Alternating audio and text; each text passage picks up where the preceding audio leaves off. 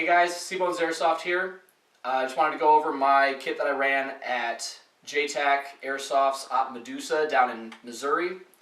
To start head to toe, I ran the Republic team, which means I had tan kit. I did make the mistake of wearing a green plate carrier, which led its way to a little bit of blue on blue once or twice.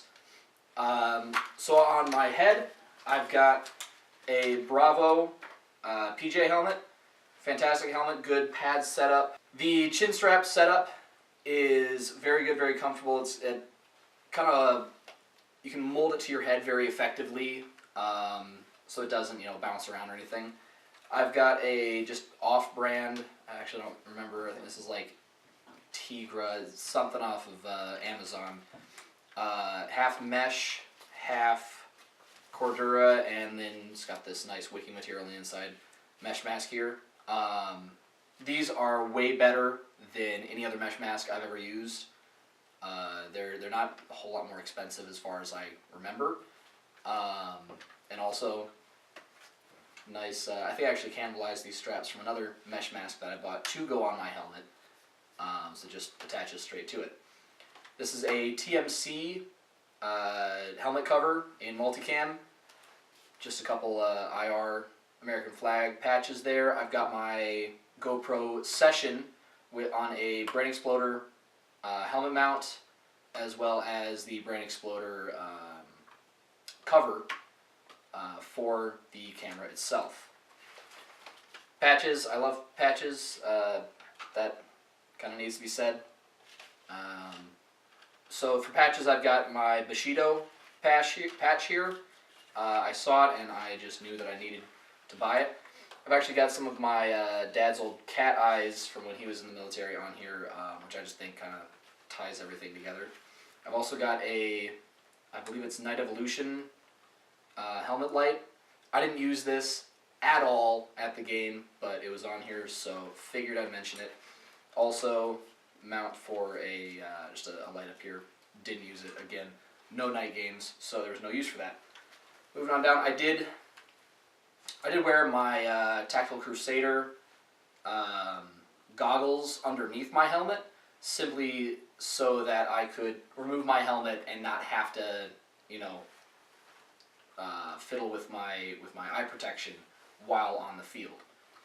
Alright, the gun I ran is a VFC VR16. I've had some work done to this.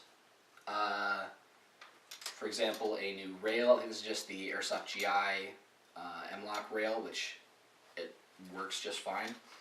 Using Elite Force 120 round mid-cap magazines. I haven't really tried any other magazines yet, but these ones are fantastic. Move on down to my plate carrier. This is a Lancer Tactical JPC. I like this. It fits me fairly well.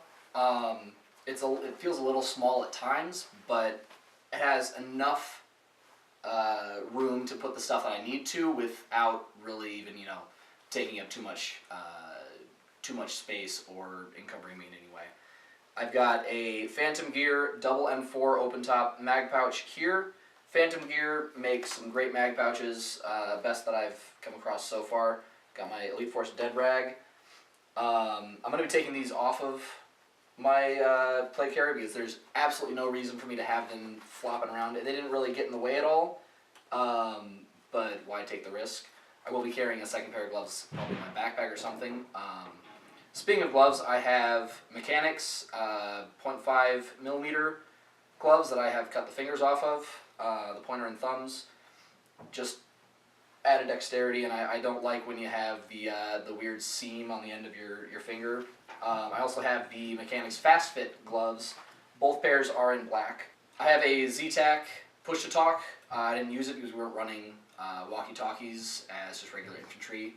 I have a Condor fold-out pouch here. This thing is very nice. I keep any extra batteries, CO2. I've got a notepad and pen, little rag for cleaning off any condensation on the inside of my goggles, which, believe me, happens all the time. The one issue is that, you know, it usually does take 2 hands to close it, just because of, you know, I don't have it extremely full. Another patch, a little disregard patch there. On my back, I have a Condor. I'm not sure if this is actually, I can't remember if this is actually a hydration carrier or if it's just a backpack. I usually just use it as a backpack. And then kind of just to make sure people know that I am on tan team, I have a tan hydration bladder on top of that, which actually had water in it. That's a big thing. I think the day before day 1 of Medusa, I drank, I believe it was 3.5 Nalgene's of water, and I was good for all of Saturday and much of Sunday. So it's really important that you hydrate, especially beforehand. Can't forget the cold steel training knife that you will never use, but it's always fun to have. Alright, so for my BDU kind of base layer, I've got a Condor multi-wrap. Nice way to kind of, just protect my neck a little bit more. I have a Lancer Tactical short sleeve BDU shirt, my JTAC Milsim American flag patch, and I believe this is an Iron Eagle. Yes, I like my patches. Just a couple more on that side. I'm wearing Emerson Gear combat pants. I need to get new multicam pants because these ones, while they work, they're not as good as I would like to have. All right, so for my belt, I really like having a good belt system. I feel like it's a really good way to build start building a kit. So this is an LBX 2-part belt. So on the inside there is a belt that goes through your belt loops, and then the outer belt attaches via Velcro. Holding that on, I have actually an LBT rigger's belt. Very high quality belt. That actually, again, that's a piece of kit that my dad has kind of just let me use. I have a open top 3 M4 magazine pouch from, again, Phantom Gear on this side, along with a Phantom Gear dual pistol mag, and I believe this is also Phantom Gear, just the single pistol mag back here. On the other side, I have a G-Code RTI, I believe it's an XST holster for my Elite Force 1911.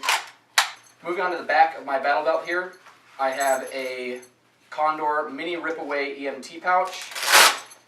This is nice for just, anything. I usually keep like moleskin, a couple of Band-Aids, anything little that you can handle on the field.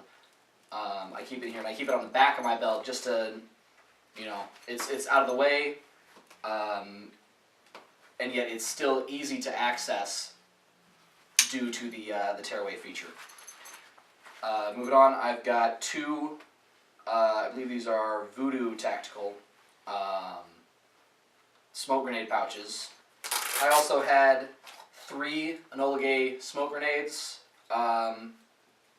They're in yellow just because that's all that Tactical Toy Store had when I went there before the game. I used 2 of them. I only have 1 left, so I think I'm gonna have to go get more. They are very fun, and they do put out a lot of smoke.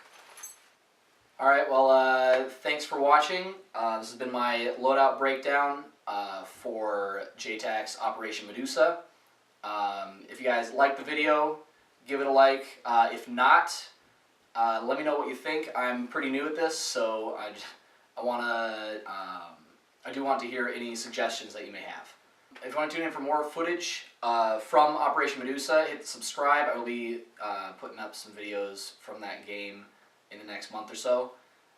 So definitely stay tuned for that. But yeah, thanks for watching. I'll see you guys next time. Haha, finger gun.